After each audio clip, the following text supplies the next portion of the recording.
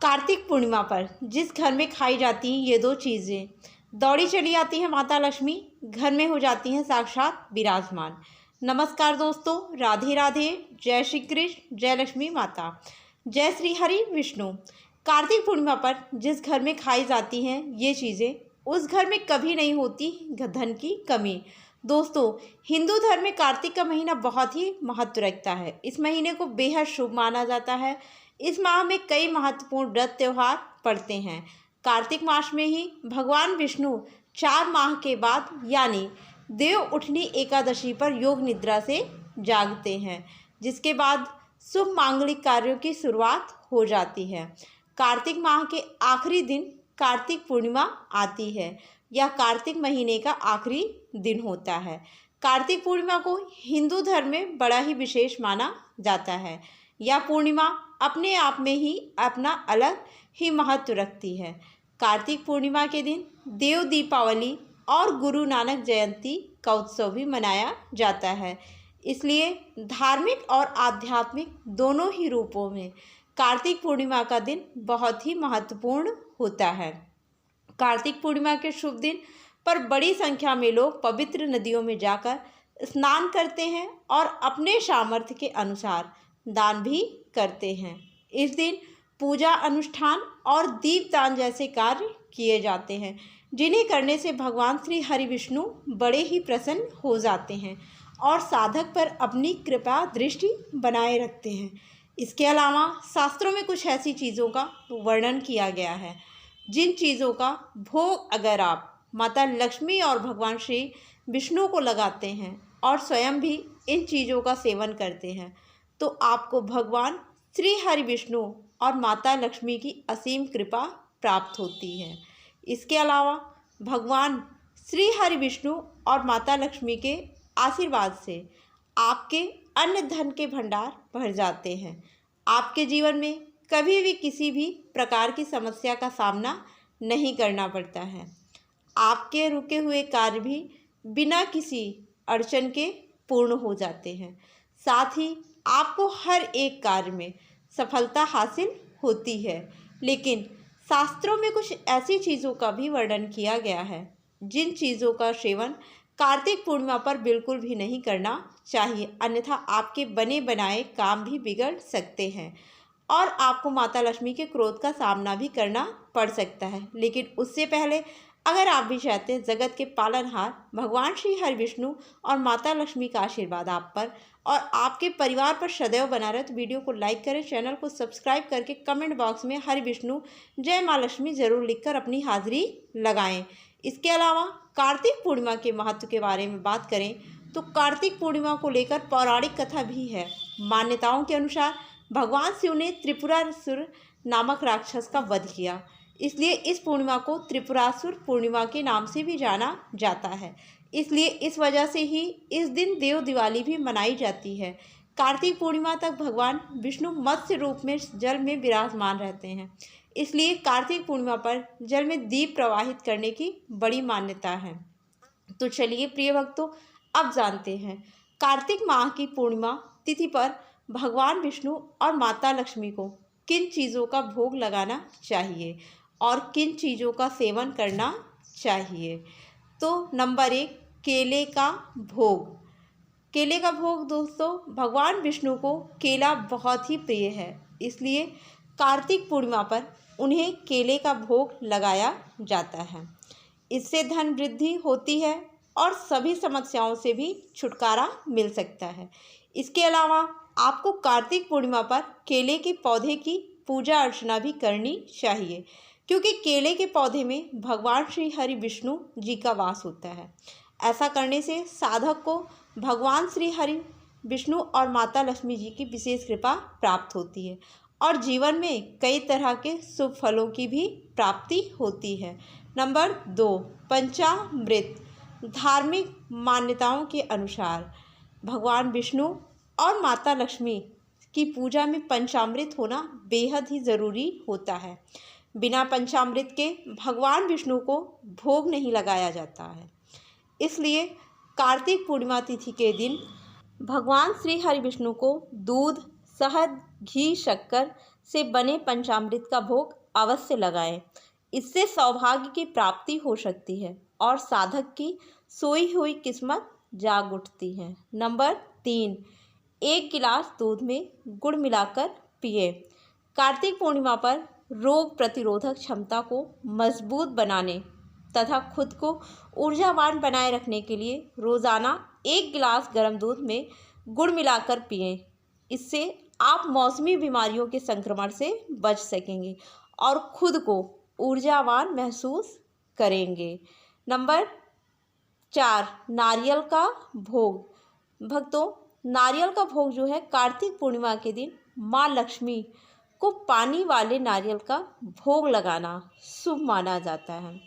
मान्यता है कि पानी वाले नारियल का भोग लगाने से घर पर आया हर प्रकार का संकट टल जाता है। साथ ही साधक को माता लक्ष्मी और भगवान श्री हरि विष्णु की असीम कृपा प्राप्त होती है। इसके अलावा साधक के रुके हुए कार्य भी बिना किसी अड़चन के पूर्ण हो जाते हैं। नंबर 5, बतासों का भोग। दोस्तों, आप सभी जानते होंगे कि माता लक्ष्मी को बतासे कितने प्रिय हैं। ऐसे में आपको कार्तिक पूर्णिमा के दिन माँ लक्ष्मी को बतासे का भोग भी लगाना चाहिए। बतासों का भोग लगाने से वैवाहिक जीवन में मधुरता आती है, पारिवारिक सुख की प्राप्ति होती है, साथ ही गृह क्लेश खत्म होता है। इसके अलावा घर से नकारात्मक ऊर्जा का दुष्प्रभाव दूर हो जाता है और घर में सकारात्मक ऊर्जा का वास हो जाता है, जिससे घर में सुख शांति का माहौल बना रहता है। नंबर 6, पान का भोग। कार्तिक पूर्णिमा के दिन माँ लक्ष्मी को पान का भोग लगाना चाहिए। मान्यता है कि पान का भोग माता लक्ष्मी को लगाने से माँ लक्ष्मी प्रसन्न होती हैं और घर में सुख समृद्धि का आगमन होता है, घर की उन्नति होती है, साथ ही साधक को जीवन में शुभ परिणाम देखने को मिलते हैं। नंबर 7, खीर।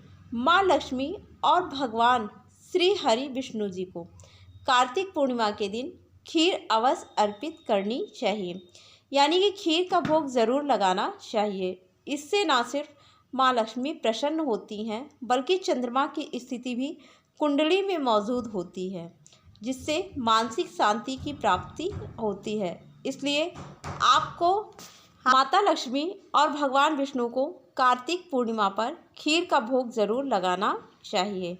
नंबर 8, शंख। कार्तिक पूर्णिमा के दिन माँ लक्ष्मी को शंख जरूर अर्पित करना चाहिए, क्योंकि शंख को माँ लक्ष्मी का भाई माना जाता है। इसके अलावा शंख को नकारात्मक ऊर्जा का विनाश करने वाला भी बताया गया है। ऐसे में कार्तिक पूर्णिमा के दिन माँ लक्ष्मी को शंख अर्पित करने से घर में मौजूद नकारात्मकता दूर होती है और सकारात्मकता बढ़ती है। नंबर 9, गेहूं के आटे का हलवा। कार्तिक पूर्णिमा के दिन गेहूं के आटे का हलवा बनाया जाता है। विशेषज्ञों का मानना है कि इस महीने गेहूं के हलवे का सेवन कर सुरक्षा कवच का काम करता है या गंभीर बीमारियों के संक्रमण से दूर रखता है। इससे बनाते समय गेहूं के आटे में इलायची पाउडर, घी, चीनी और किशमिश डालें। ये चीज़ें शरीर को गर्म रखने में मदद करती हैं। इसके अलावा आपको गेहूं के आटे का हलवा बनाकर माता लक्ष्मी और भगवान विष्णु को भोग लगाना चाहिए और स्वयं भी ग्रहण करना चाहिए। ऐसा करने से आपको जीवन में शुभ परिणाम देखने को मिलते हैं। नंबर 10, तुलसी के पत्तों का खाने में करें सेवन। सनातन हिंदू धर्म में तुलसी के पौधों का विशेष महत्व है। इस पवित्र महीने में तुलसी के पौधों की पूजा अर्चना की जाती है। कहा जाता है कि तुलसी के पत्तों का सेवन करने के लिए एक अलग से पौधा लगाना चाहिए। तुलसी रोग प्रतिरोधक क्षमता को मजबूत बनाने के साथ मौसमी बीमारियों से निजात दिलाता है। इसके अलावा विष्णु भगवान को तुलसी अति प्रिय है। भगवान विष्णु को भोग लगाते समय तुलसी का उपयोग करना ना भूलें। धार्मिक शास्त्रों के मुताबिक भगवान विष्णु तुलसी के बिना भोग ग्रहण नहीं करते। साथ ही भगवान के भोग में सिर्फ सात्विक चीज़ों का ही प्रयोग किया जाना चाहिए। भोग में प्याज लहसुन का प्रयोग वर्जित होता है क्योंकि ये सात्विक आहार में नहीं आता है। लहसुन प्याज को तामसिक भोजन माना जाता है। इसके अलावा भगवान विष्णु के भोग में तीखी चीज़ों का इस्तेमाल करने से बचना चाहिए और भगवान को भोग लगाने के बाद भोग को कुछ देर पूजा स्थल में ही रखें। भोग लगाने के बाद भगवान को प्रणाम कर थोड़ी देर के लिए वहाँ से हट जाना चाहिए। भगवान के भोग के साथ 1 लोटा जल भी रखना चाहिए।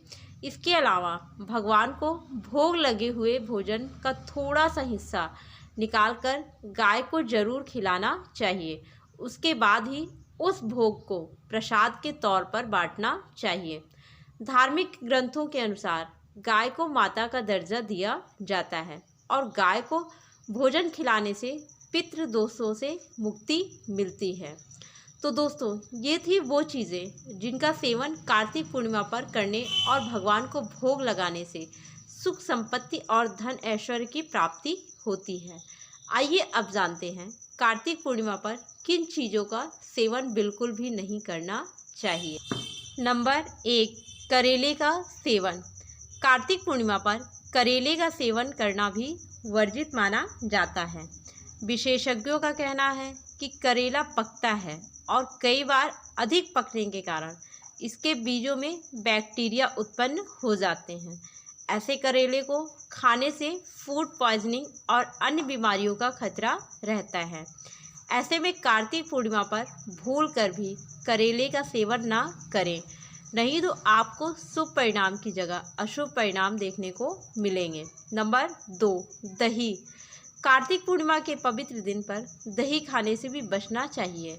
ऐसा माना जाता है कि स्वास्थ्य की दृष्टि से दही खाना सही नहीं है, लेकिन आपको बता दें कि दही की जगह आप दूध का सेवन कर सकते हैं। इसमें कोई दिक्कत वाली बात नहीं है। नंबर 3, बैगन। दोस्तों, बैगन जो है शास्त्रों में बैगन को अशुभ माना गया है। ऐसे में कार्तिक पूर्णिमा तिथि पर बैगन का सेवन नहीं करना चाहिए। इसके अलावा कार्तिक पूर्णिमा पर ब्रह्मचर्य का पालन करना चाहिए और बैगन काम प्रवृत्ति को बढ़ाता है, इसलिए कार्तिक पूर्णिमा तिथि पर धार्मिक दृष्टि से बैगन खाना उचित नहीं है। उत्तेजनावर्धक होने की वजह से बैगन को धार्मिक दृष्टि से अशुद्ध माना गया है। अगर आप गलती से भी कार्तिक पूर्णिमा पर बैगन का सेवन कर लेते हैं तो आपको शुभ परिणाम की जगह अशुभ परिणाम देखने को मिलते हैं, जिससे आपका जीवन दुर्भाग्य में भी बदल सकता है और आपको आर्थिक तंगी जैसी समस्याओं का भी सामना करना पड़ सकता है। नंबर 4, दूसरे घर का भोजन। कार्तिक पूर्णिमा के दिन किसी दूसरे के घर का भोजन नहीं करना चाहिए। यहाँ तक कि दूसरे के घर का पानी भी नहीं पीना चाहिए। ऐसा करना अशुभ माना जाता है। ऐसा करने से आपके घर में नकारात्मक ऊर्जा का वास होता है, जिससे घर में अशांति का माहौल बना रहता है। इसके अलावा आपको शुभ परिणाम की जगह अशुभ परिणाम भी देखने को मिलते हैं। नंबर 5, बासी भोजन। दोस्तों, गीता में बासी भोजन को तामसिक और रोगवर्धक बताया गया है। ऐसे भोजन को अपवित्र की श्रेणी में रखा गया है, इसलिए बासी और जला हुआ भोजन कार्तिक पूर्णिमा के दौरान नहीं खाना चाहिए, नहीं तो माता लक्ष्मी और भगवान श्री हरि विष्णु आपसे नाराज हो सकते हैं, जिससे आपका जीवन दुर्भाग्य में बदल सकता है। नंबर 6, मछली। दोस्तों, मांस मछली खाना धार्मिक दृष्टि से वर्जित माना गया है। इन्हें तामसिक भोजन कहते हैं। खास तौर पर कार्तिक पूर्णिमा पर मछली खाना अच्छा नहीं कहा गया है। इसकी वजह यह है कि इस महीने में भगवान विष्णु जल में अपने मत्स्य अवतार के रूप में रहते हैं, इसलिए आपको कार्तिक पूर्णिमा पर मांस मछली का सेवन नहीं करना चाहिए। नंबर 7, दाल का सेवन ना करें। ज्योतिष शास्त्र के अनुसार कार्तिक पूर्णिमा पर दाल का सेवन करना नहीं चाहिए। दाल खाने की मनाही है। खासकर अरहर और चने की दाल का सेवन कार्तिक पूर्णिमा पर बिल्कुल भी ना करें। इससे पाचन तंत्र में गड़बड़ी और पेट संबंधी अन्य समस्याएं उत्पन्न हो सकती हैं। इसके अलावा माता लक्ष्मी भी आपसे नाराज हो सकती है और आपको जीवन में अशुभ परिणाम देखने को मिल सकते हैं।